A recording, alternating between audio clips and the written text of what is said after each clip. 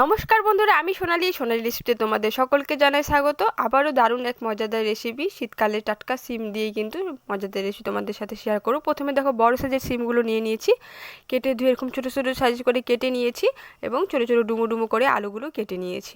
তোমরা পরিমাণটা তোমাদের কম বেশি করে নিতে পারো। তো প্রথমে দেখো, কড়াই ভালো করে গরম করে নিয়ে সর্ষের তেল দিয়ে রান্না করব আজকে রান্নাটা। সর্ষের তেল গরম হয়ে গেলে দেখো, ফোড়নে মেথি ফোড়ন দিয়ে দিলাম। মেথিটা কিন্তু সামান্য দেবে, নাহলে কিন্তু তেতো ভাব আসবে। এবং অল্প একটু সর্ষে, সাদা সর্ষে নিয়েছি, তোমরা চাইলে কালো সর্ষেও ব্যবহার করতো। সামান্য জিরে দিয়ে দিয়েছি। তো হালকা ভাজা হয়ে গেলে, বেশি ভাজবে না তাহলে কিন্তু একটু গন্ধটা খারাপ আসবে। তো হালকা ভেজে ভেজে নিয়ে একটু আদা গ্রেট করে নিয়েছি, আদাগুলো দিয়ে দিয়েছি এবং কেটে রাখা আলুগুলো দিয়ে প্রথমে অল্প ভেজে নেব। এবং অল্প একটা কাঁচা লঙ্কা নিয়েছি, চিড়ে নিয়েছি, দিয়ে দেবো। ঝালটা তোমরা তোমাদের পছন্দ মতন দেবে, যতটা ঝাল রাখতে চাও। তো অল্প 2 মিনিটের মতন কিন্তু ভেজে নিয়ে তারপরে লবণ, স্বাদ মতন অল্প লবণ দিয়েছি, যাতে আলুগুলোর মধ্যে লবণগুলো ভালো করে মিশে যায়। তো প্রথমে অল্পগুলো আলু 2 মিনিটের মতন ভেজে নিয়ে তারপরে কিন্তু কেটে ধুয়ে রাখা সিমগুলো দিয়ে দেবো। এখানে 80% মতন আলুগুলো ভাজা হয়ে গেছে। তারপর সিমগুলো দিয়ে সিম আলুর সাথেও ভালো করে ভেজে নেব। তেলটা বেশি ব্যবহার করলে কিন্তু কড়াইয়ের মধ্যে লেগে যায় না এবং তেল দিয়ে ভাজা হয়ে যায়। তো সিমের পরিমাণ অনুযায়ী অল্প লবণ দিয়ে দিলাম, পরিমাণ অনুযায়ী হলুদ এবং লঙ্কার গুঁড়ো দিয়ে দিলাম।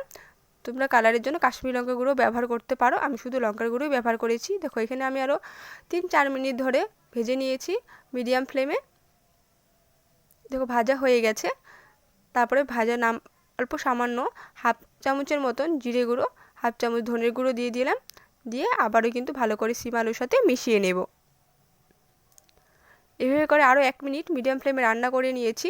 মিডিয়াম টু হাই ফ্লেমে এভাবে করে ভেজে নিতে হবে। তারপর সামান্য একটু জল দিয়েছি, তোমরা চাইলে কিন্তু জল না দিয়েও কিন্তু এভাবে করে ভেজে কিন্তু খেতে পারো, রুটি পরোটার সাথে দারুণ লাগবে। আমি অল্প জল দিয়ে দিয়েছি, ভাতের সাথে খাওয়ার জন্য বানিয়েছি, যেহেতু অল্প একটু মাখা মাখা করে বানাবো, সেই জন্য সামান্য পরিমাণ কিন্তু জল দিয়ে ঢাকা দিয়ে সেদ্ধ করে নেব।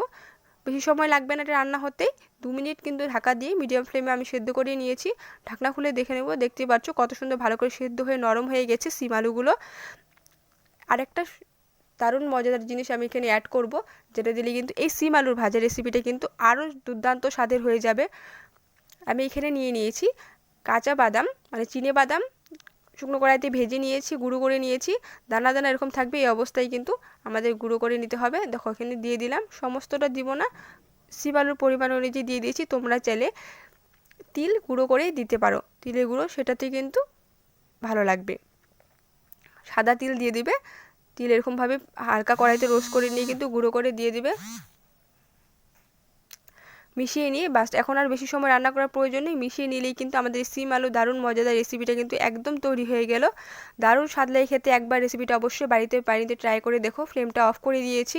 রুটি পরোটা বলো, ভাত বলো, সব কিছুর সাথে কিন্তু জমে যাবে। রেসিপিটা কেমন লেগেছে অবশ্যই কমেন্ট করে জানিও। ভালো লাগলে লাইক করে দিও, ফ্রেন্ডস ফ্যামিলির সাথে শেয়ার করে দিও। আমার চ্যানেল নতুন হয়ে গেলে সাবস্ক্রাইব করে দিয়ে পাশে থাকার বেল আইকনটি প্রেস করে দিও, যাতে আমি যখনই কিছু নতুন রেসিপি আপলোড করি সবার আগে নোটিফিকেশন তোমাদের কাছে পৌঁছে যায়। তো দেখা হচ্ছে নেক্সট ভিডিওতে নতুন কিছু রেসিপির সাথে। সকলেই ভালো থেকো, সুস্থ থেকো, ধন্যবাদ।